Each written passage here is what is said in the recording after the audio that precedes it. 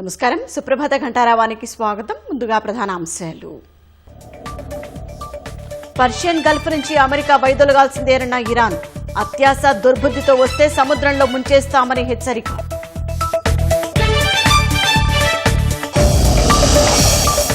విద్యార్థులకు జూన్ 15లోగా పాఠ్య సామాగ్రి పంపిణీ. నాణ్యత విషయంలో రాజీ పడొద్దని అధికారులకు సీఎం స్పష్టీకరణ.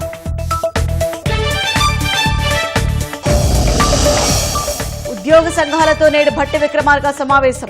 పీఆర్సీ అమలుపై ప్రధానంగా చర్చించే అవకాశం.